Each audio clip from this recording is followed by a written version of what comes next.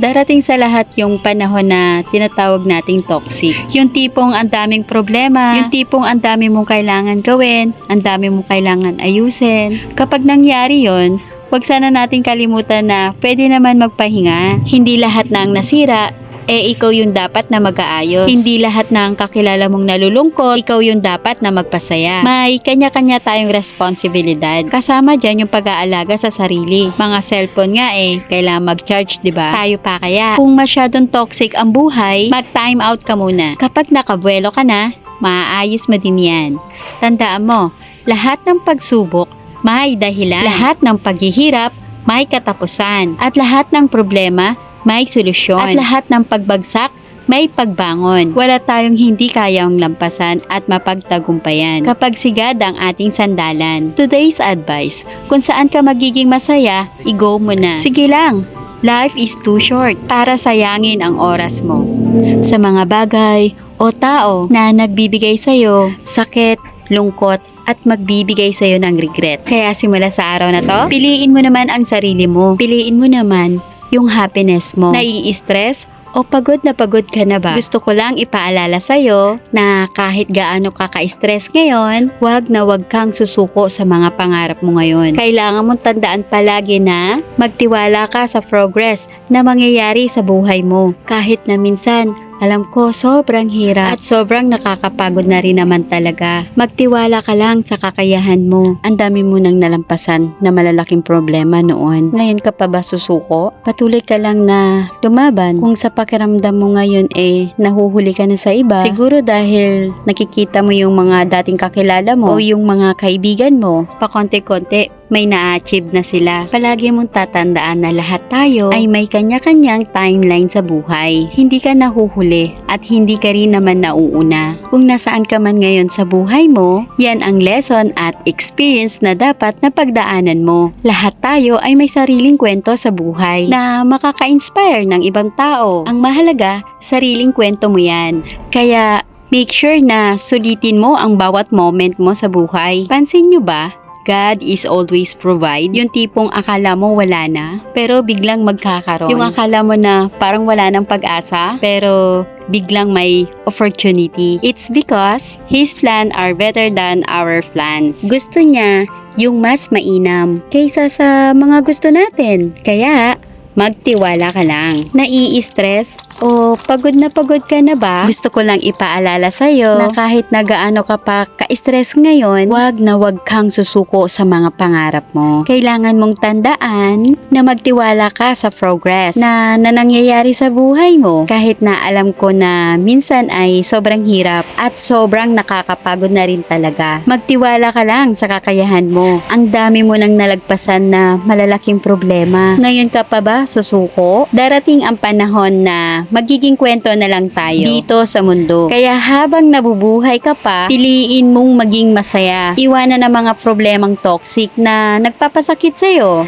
Kaya gandahan mo ang istorya ng buhay mo. Dahil dito sa mundo, bisita lang tayong lahat. Aalis din tayo pagdating ng araw. Kaya naman, gumawa ka ng maraming kabutihan at ng magandang alaala. Para naman, meron kang baon sa iyong paglisan. Pansin mo ba kapag marami tayong pera, hindi na natin napapansin yung bariya. Tapos kapag kawala na, doon naman tayo hanap ng hanap. Minsan sa buhay natin, feeling natin na sa atin na ang lahat. Yung mga maliliit na bagay na hindi tayo napapansin. Pahalagahan mo yung mga bagay na yon. Kasi katulad ng bariya, maliit man sa iyong paningin, may halaga pa rin. Alam nating lahat na mahirap ang buhay. Pero para makaya natin yung mga problemang dumarating, isipin na lang natin na ang buhay ay parang libro na tayo yung sumusulat. Bawat chapter, bawat problema, tayo ang gagawa. At kung makakagawa tayo ng problema, syempre pati yung solution,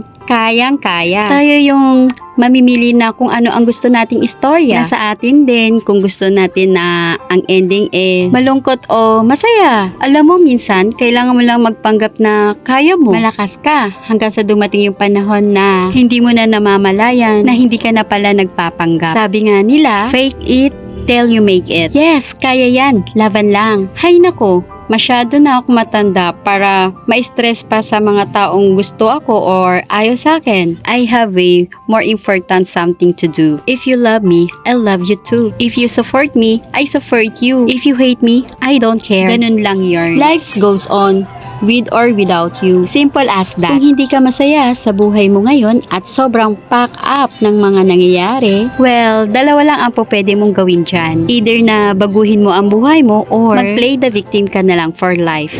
Tandaan mo, nasa iyo ang power. Kung ano ang gusto mong mangyari sa buhay mo, patuloy ka na lang bang magko-complain at sisisihin ang ibang tao sa mga nangyayari sa iyo or mag-take responsibility ka sa sarili mo. Mga action to create the life you have now. The choice is yours. Tandaan mo lang ito, habang nabubuhay tayo, meron tayong kakayahan na baguhin ang mga nangyayari sa paligid natin. Ang galing talaga ni Lord, no? Marami tayong gusto, pero hindi natin nakukuha. Marami tayong plano, pero hindi natin nagagawa. Tapos biglang may magandang bagay na darating. Alam mo kung bakit? Kasi His plan is better than ours. Marami sa atin na nagpapanggap na masaya at malakas sa kabila ng mga pinagdadaanan. At kung sino pa yung may pinakamagandang ngiti, yun pa yung may pinakamalaking problema. Alam mo kung bakit? Mas madali nga naman pikein ng ngiti kesa sasabihin mo na yung totoo mong nararamdaman kasi natatakot ka na baka hindi ka nila maintindihan. Isa sa pinakamagandang bagay ang pwede mong gawin sa ngayon is to stop choosing people na hindi niya nakikita yung value mo. Wag na wag mong sasayangin ang energy mo sa mga taong hindi ka na-appreciate at tinitake for granted ka lang. Tandaan mo, do not try to please other people para lang magustuhan ka nila. Kasi believe me, hindi yan magiging sustainable. Wag na wag mong i-stressin yung sarili mo sa toxicity ng ibang tao. Kasi naman, hindi lahat kailangan patulan. Hindi lahat ng issue kailangan mong ipaglaban. I-conserve mo yung energy mo sa mga bagay na mahalaga. Protektahan mo yung peace of mind mo na matagal mong iningatan. Delete negative people and forget your past. Accept your mistake. Restart your life. Hi, this is reminder for you. Never forget to appreciate yourself. I know that sometimes things go heavy and seems like survival is no longer option. But please be very gentle with yourself. You're still healing, still learning. You have done such a great job. So don't pressure yourself. You are good.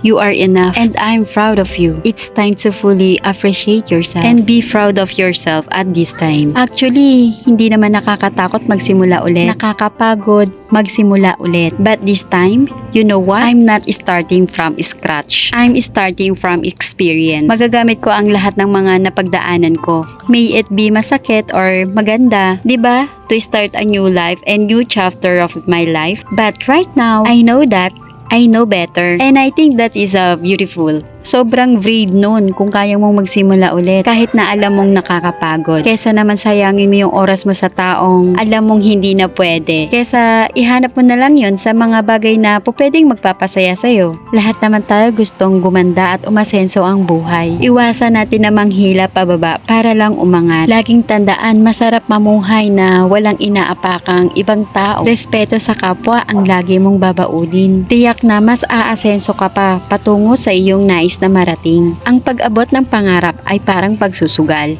Paano ka naman mananalo kung hindi ka naman tataya, di ba? Pero alam mo ba yung pinagkaibahan ng dalawa? Sa sugal, kapag natatalo ka na, pwede ka nang huminto or umayaw. Pero sa pag-abot ng pangarap, kapag huminto ka, dun ka palang matatalo. Yung hindi nila alam na stress ka na, nahihiya ka lang mag-open sa kanila. Kasi baka sabihin lang nila na ang babaw-babaw lang ng dahilan para problemahin mo yon. Pero hindi nila alam, dahil sa mga pagsubok na yon, pagod ka na. Pero hindi ka susuko dahil meron kang mga pangarap. Naging mabuti ka man sa kanila, huwag kang mag-expect na ganun din sila sa'yo. Hindi lahat ng taong tinulungan mo at pinagsilbihan kagaya rin ng puso mo.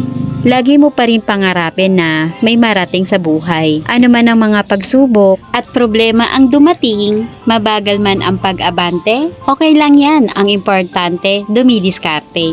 Tandaan mo, ang buhay ay hindi palaging malungkot or malumbay. Kaya naman patuloy ka lang lumaban at maging matatag. Dahil darating din ang araw, lahat ng plano mo sa buhay ay magtatagumpay. Darating ang oras sa buhay natin na tayo ay mapapagod. Kung dumating man yon, matuto kang magpahinga at hindi ang pagsuko. Siya nga pala, huwag kang mape-pressure dahil hindi naman contest ang buhay. Hindi naman required na mas magaling ka kesa sa kanila. At hindi mo kailangan higitan ang iba. Hindi mo rin sila kailangan sapawan. Mag-focus ka lang sa buhay mo dahil hindi mo naman kalaban lahat ng tao. Ang kalaban mo ay ang sarili mo. Kaya dapat mas higitan mo ang mga nagawa mo noon. Higit kang mag-i-improve kung gagawin mo yan. Kaya dapat, kalma ka lang.